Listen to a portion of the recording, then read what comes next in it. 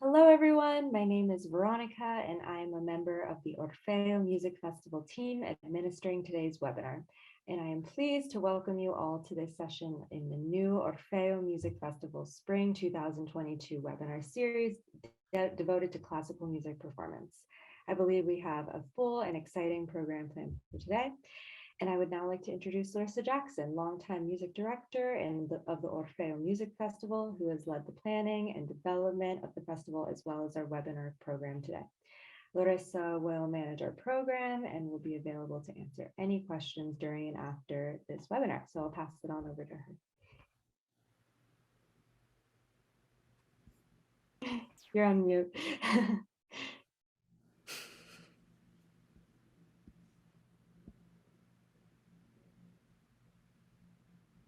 Oh, you're still on.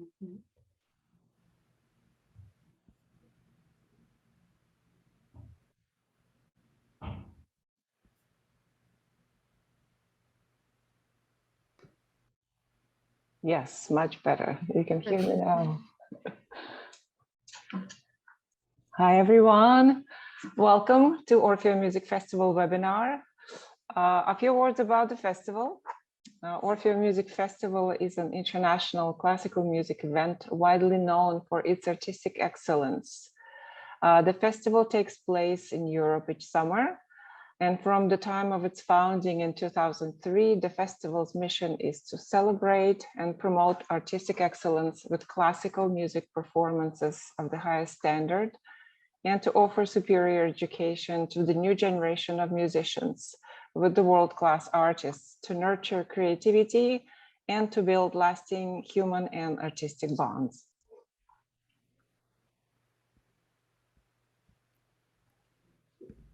And I would just like to encourage you all to subscribe to our YouTube channel, where we will be posting about the webinar. We will be posting these webinar series. And of course, we encourage you to share them with anyone who might be interested. We are opening a webinar series, Music is Our World, which is a 3-year initiative by the Orfeo Festival, exploring the role of music in our lives in a variety of ways, but concentrating on the art of musical performance, which lays at the corner of musical experience. And today we have a piano masterclass by Maria Razumovskaya. And before we start the event, I would like to say a few words about Maria, who is described as a virtuoso storyteller of the piano.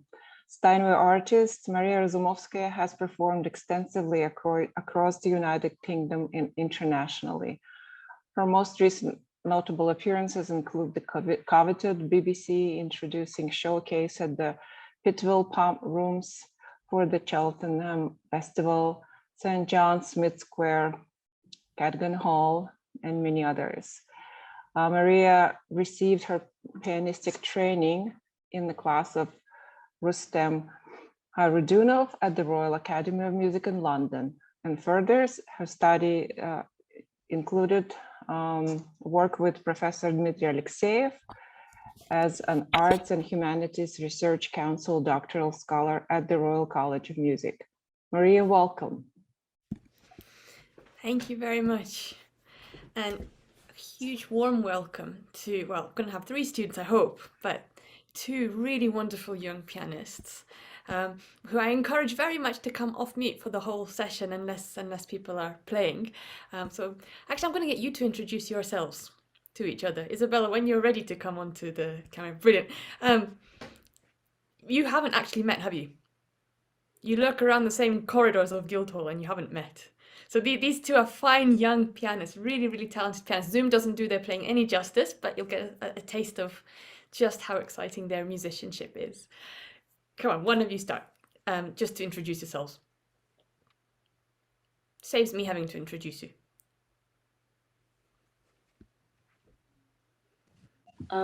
Hello, my name is Safiya. I'm in year 11 and my first study is piano and my second study is the flute. Safiya's going to be playing a gorgeous bit of Debussy for us. Before you play, I am going to ask you why you fell in love with it. So have a think about that. Isabella, if you go say hello to Safiya and the rest of the audience. Cool. Hi everyone, I'm Isabella, I'm in year 12 and I'm first study singing, second study piano, and I'll be playing the Cat and Mouse by Aaron Copland. Did that give you a few seconds, Safiya, to work out why Debussy suits your musicianship so well? Yeah. I really like the harmonies in this piece. I feel like the majority of the pieces that I play are like 20th century music because of the harmonies. Yeah. What I've tried to do as a theme with, well, hopefully with the three of you when Adar comes, is to try and give a sense of the breadth of the 20th century in terms of what traveling made possible. Also in the spirit of Zoom now, and not being able to travel, but being able to virtually travel, and the dynamics that's changed for us. So Debussy wrote Girl with the Flaxen Hair in France, but it's very much inspired by British art and by Britain, as well as French poetry, and it was premiered actually in London. Safiya, Isabella, you probably know Wigmore Hall. Used to be the old Bechstein Hall before they had to change their surname. But it was premiered in London. The Copland was actually first published in France. So you've got a lot of movement going along there, which we'll have a discussion about. But right, Safiya, I think let's go for the music. So Girl with the Flaxen Hair.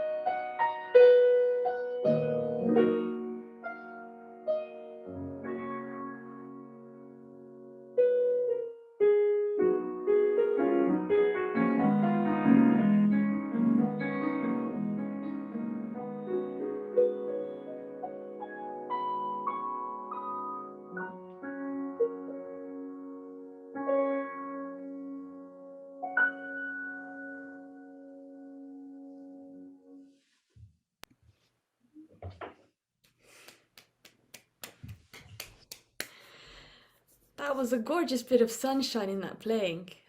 Thank you so much for sharing it. And I mean, Isabella, you've not heard Safiya play this. Do you want to come off mute and what's the first thing that strikes you about that interpretation?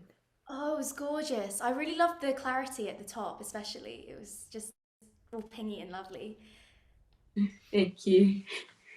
I'm going to just quickly show you the score of what it looks like. The only thing with this score is that the titles at the beginning, actually, when Debussy first published it, he really wanted the titles to go at the end. But what I want to show you about the score, actually, is just how simple it looks. I mean, what Safiya pulled off, technically it's very demanding. You've got huge spans that you've got to find with the chords, especially the parallel moving chords, right? So Safiya, you probably agree, yes? This bit, Yeah. especially here, it's quite something to pull off with that elegance and that ease. But visually, this is actually quite a simple looking bit of music. And what Debussy is doing is he's really drawing on a kind of music making that is standing aside from a lot of the tendencies of the 20th century. It's very unusual for a composer who writes very complicated lines to suddenly focus this sort of pure ray of sunshine in one piece. And we talked about this with Safiya in one of the sessions we've had together. Isabella, girl with the flaxen hair. What's all that about? So he's trying to tease us with some kind of, clue about what he wants in that music, and he labels it "Girl with the Flaxen Hair." Ideas? Girl with the flaxen hair. I think there's almost an air of mystery to it. Just, it's a girl, not somebody named. Mm-hmm. There's some sort of intrigue there, I think. Yeah, there was a poem at the time that was very popular, and it was all about this girl with literally flaxen-colored hair, and it was a symbol of naivety. She's sitting in the sun, and she doesn't say yes to any questions, and she doesn't say no to any questions. She doesn't reply yes or no. Everything is perhaps. Perhaps things will do this. So not needing to make a decision, because sometimes not making that decision is the best thing to do, just to enjoy that moment, to savor that moment, and not commit to something that you then regret. So that gives it that naivety and that innocence. And this is what the harmony in this piece does as well. If we have a look at the very opening of that melody, well, I get Safiya to play it, but just to sort of give you a sense of, you start on a D flat and it's tied over, right? Where's it going? Nowhere. Just hovering. And then what does it do here? Plagal cadence there. Okay, very nice. But then it slips. So it doesn't even sit there. We think it's arrived, and it decides to keep going, and then moves forward. Back to that D flat that we had before. Then it flutters away. It's like a little butterfly. Yeah, it's just gone. It's evaporated somewhere. It's not settled. It's not committed. It doesn't have to make any decisions. And I was wondering whether, Safiya, we could loosen up that line a little bit more, just to give it that sense that it's more, I can't catch it. I can't touch it. It's what I like and what I feel like. It's not settling. So I know we talked about before about rhythm. It's my fault in a way, because in the session I'm saying, let's be rhythmic. We have to be rhythmic first. Now I want you to be a little butterfly, actually. So just that first phrase, see if you can tease us. Okay.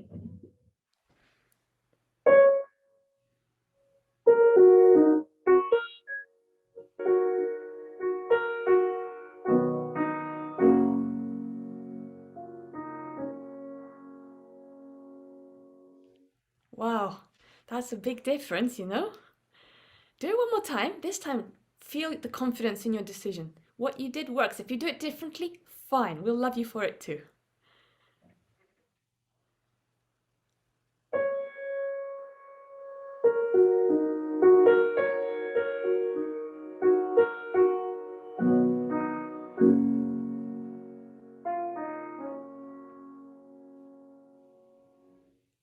Yeah, that sound just dissolves, yeah, and that makes us want to hear more, right? Because if the music is so precious that it's just dissolving right in front of us, we want to listen more. We have to listen more, because if we don't capture every single millisecond of it, we won't benefit from it. Let me show you a painting actually of the girl with the flaxen hair. That's why it's actually quite a art. This is the pre-Raphaelite painting style. It was actually happening at the same time. Debussy had many colleagues in England who were painting in this kind of style, writers who were also writing novels based on these kinds of same ideas. This sense actually that things are quite carefree. There's a sense that actually this is a kind of fantasy world. There's a sense, there is nothing to rush into. There is no care as such. It's all in the past setting, but there isn't a sense of you having to find a particular answer. It's some kind of idealized past. And I think that's what Debussy does so well with the kind of harmony that he uses as well. These quite strongly, how do I say it? They're not historical chords, but this kind of chorale-like.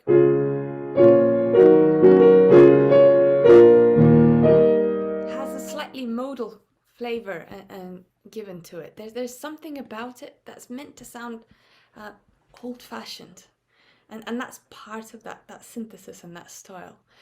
So having to sort of play those vertical lines can be quite difficult, especially once you've been quite loose with that melody.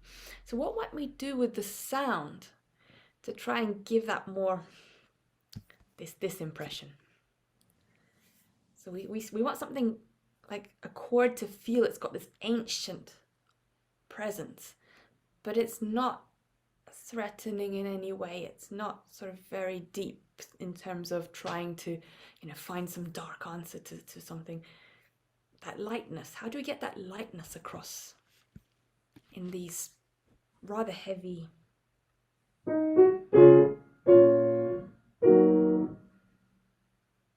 chordal? Maybe you'd like lighter arms, so there's less weight coming down. Yeah, so what you want to try and avoid is the sense of that you've sat in that first beat. Yeah. You got the pedal down anyway. So what might work actually for, oops, wrong button. What might work is to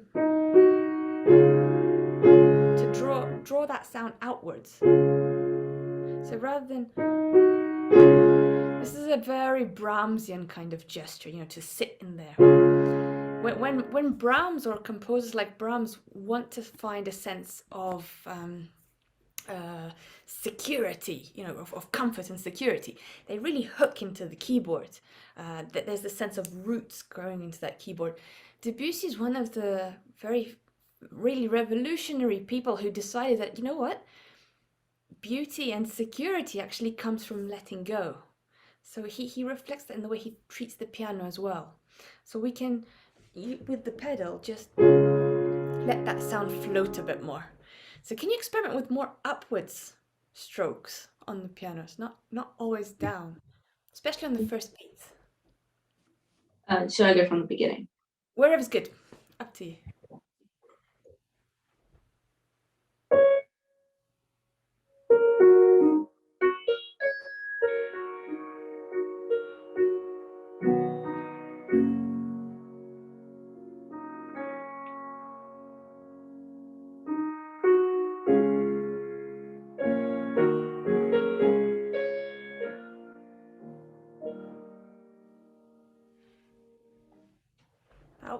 That was good. I would try maybe to move it here.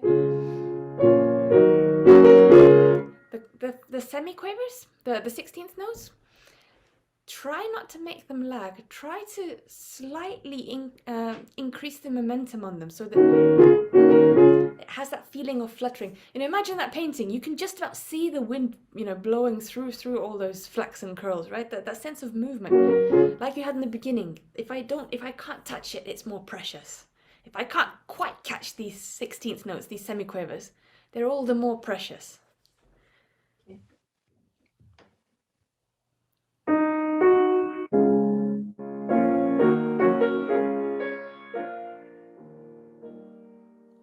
Yes. And then that last chord that you just played here, suddenly, because it's the one that sits down, right? It's the one that I can hold, that gives me a big musical hug at that point, right? I've had all this beautiful sunshine, but you can have all the sunshine you like. There are moments when you just need a bit of shade, and you've given us that. You've given us that sense of, okay, I can sit down here for a little bit. That's really, really beautiful, the way you've treated those two phrases. I'm now going to be very mean and ask you to jump, actually, because I want you to try and recreate a sense of that more at the end. And now this is where it's very hard to do. The bottom two lines. And the reason I'm saying it's very hard to do there is because if you look at the texture, it's actually quite busy. You've got so much going on in the texture. It's all swirling, and it's quite a obvious pattern, right? We know which way the pattern seems to want to fall. And Debussy doesn't really discourage us from spiraling through that pattern. Anytime we have a pattern that's quite sort of, so we've gone up, we've gone down. We've gone down, so we're going to go up. And we're going to go up, and we're going to go up. Anytime you've got that happening, the music can start to get quite dense sounding, especially because you're right in the middle of your keyboard. You're in the most sonorous, I mean, okay, not in the bass term sonorous, but it's the one that your ears pick up best, right in front of you. And he's mean. He writes to murmur and to disappear little by little in this pianissimo. How are we going to try and recreate, see what you did in the beginning, piano, and that sense of fragility, that sense of it's just beyond my reach. How can you try and get this bit to sound equally fragile, equally precious? I guess in the same sort of way. Mm-hmm. So like a lighter touch and thinking about keeping it moving instead of like sitting back on it. Keeping it moving is a really good point. It's which way you move it. That's the big problem that you have. So if I have a long line and I push each one, I sound agitated, don't I? If I have a pattern and I'm pushing forward. What on the piano makes a pushing forward sound? Hairpins. Now, this is why I said Debussy is so mean to you. A rising line will want to make you instinctively play a hairpin. Isabella, you sing, right? You recognize this, right? If your voice is going to go up, you're going to do a crescendo. It's so hard to diminuendo and go up. We are so ingrained to hear line rising, make a crescendo. But that cascade of those crescendos, those hairpins through this passage starts to make it sound breathless. You see what I mean? Yeah. So it's not that you're trying to do it, you're just hardwired to do it because you're too musical. What I need you to think actually is the opposite. I need you to think of this disappearing. So start it a little bit louder than you want. And then diminuendo. Now, the opposite applies. If I've got a diminuendo and a line going down, and I do that throughout the whole pattern, we might feel that actually that makes it disappear. What it instead does, rather than makes it disappear, makes it more obvious. It makes it more, here's my stopping point. Here's my stopping point. What you need to do here is the opposite. If your line is going down, you want to give it a slight hairpin up. If your line is going up, you want to do absolutely the reverse of what you feel musically right. So you're going to start a bit higher in the dynamic so that you can come down and then come back up. Now the line's coming up, so diminuendo.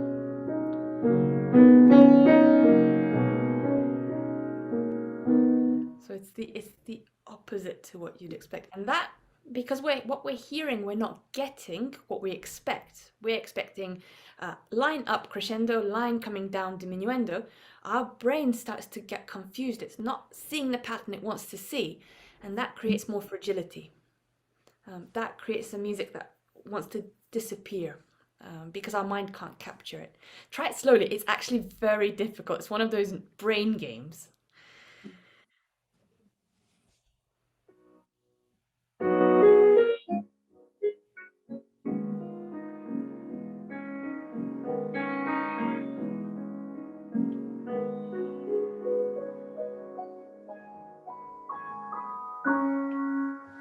How did that feel?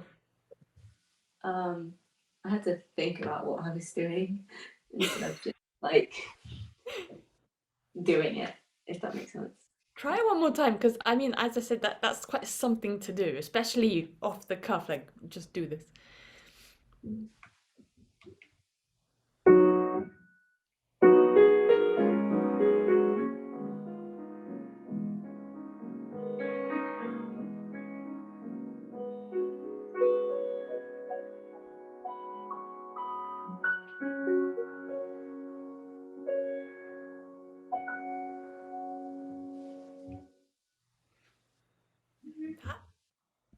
That really brings out, for me at least, yeah, the sense of how this music doesn't want to settle.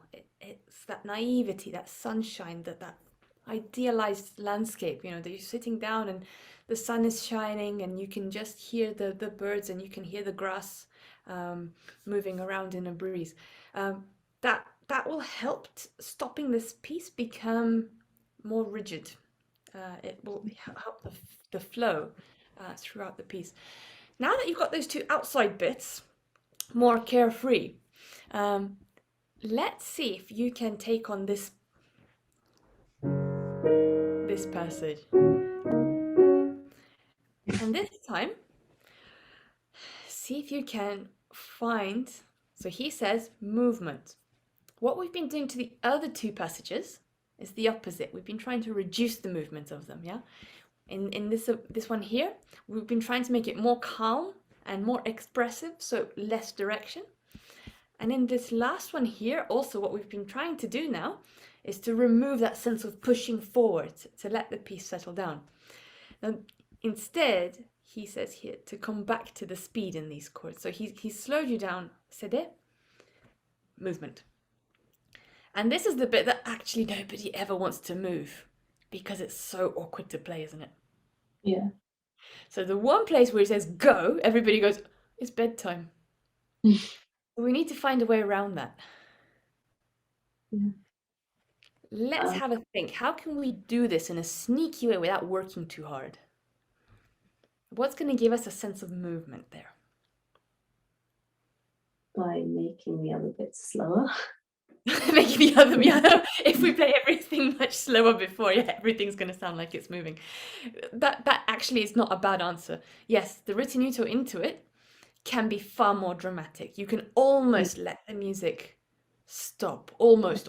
It won't, because the harmony is so beautiful and so rich at that point, isn't it? You've got this I mean, you could take it so slow, but that alone, we're all waiting. You can wait forever, but we're all still waiting, yeah? So of course, yes, the harmony at that point is perfect in how it sets up that expectation. So I guess what by extension you're saying is that don't start it too fast. Yeah. Even though it says get back in time, you don't actually want to be straight away back in time, because in terms of what he's got coming up, long note, and then falls, and then quite a steep, I mean, if you look visually at what's happening there, it's quite a steep ascent, isn't it? From... And it's quite different in feeling. It's the same outline as this. But purely because it's got those chords, it becomes quite hard to recognize that melody there. Yeah. But I think this is why he writes movement. If he didn't want you to have that feeling forward, if he wanted to sound like a Bach chorale, that's one thing. He wants you to create the illusion that this quite heavy fabric there is still moving, it's still alive. What can we do? So if we say a long time on that first note, that creates a sense of holding back. Now, the problem with a long line coming upwards is that long lines going up a hill, they tend to get lazy, don't they? It's quite hard to move up a hill, right? Yeah. So how could we try and give a sense, right? I'm going to go over the top of that hill. It's not, I mean, if we're doing Beethoven, that's exactly what we want to do, actually, is create that struggle. You want to do the opposite. You want to go over the top of that hill. What could you do? Think less of them as chords and just think of like either like just one line. You want to give the impression that they're even. You don't want to actually play them evenly. If you play them evenly, that's exactly what's going to happen. It's going to sound like long way to go. You build up those layers. What you need to go over the top actually is, you know how normally we get to the top note and we sit on it? Yeah. Just because, it's the top thing that we've achieved, right? Here, this D flat, if you look compared to even the previous bar, that's pretty high actually for this piece. So what you need to do is go past it so that you end up. And actually, instead of settling on the top, have your picnic at the bottom of the valley. Don't gasping for breath at the top. Keep going past it, and then in the safe place at the bottom here where he starts his crescendo, that is your point of relaxation. That's why he writes the crescendo. Sit down, but then get back up one more time because he's going to make you do it all over again. Yeah. So start on that first chord, but draw the sound again out of the piano towards you. So it's almost like you're smelling this beautiful scent of the grass, this all sunshine, and then go, go, go, go, go, go, go, go, go, go, and here, and all over again. So lots to think about. You're going to go into it with a far more brave rallentando, because that harmony is going to sustain us. Yes, we can sit, I promise you, we will sit and wait for hours for that to resolve. There's no problem there for you waiting a long time. And then you're going to ignore the top of the phrase. You're going to go over the top of the phrase as if you don't care about it and enjoy dipping down.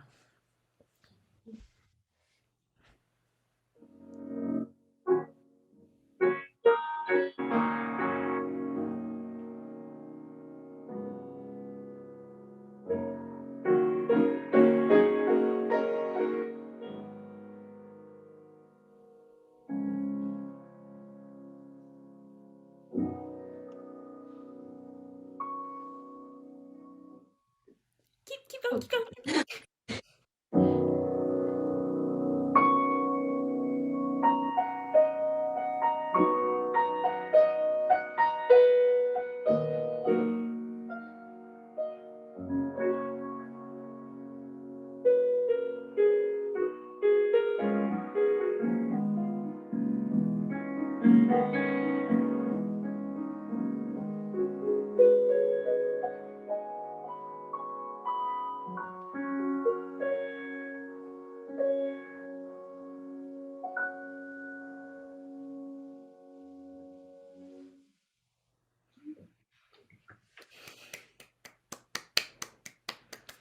Really, really, really nuanced things you've played around with there. Thank you so much for sharing that. I think that's really lifted our moods.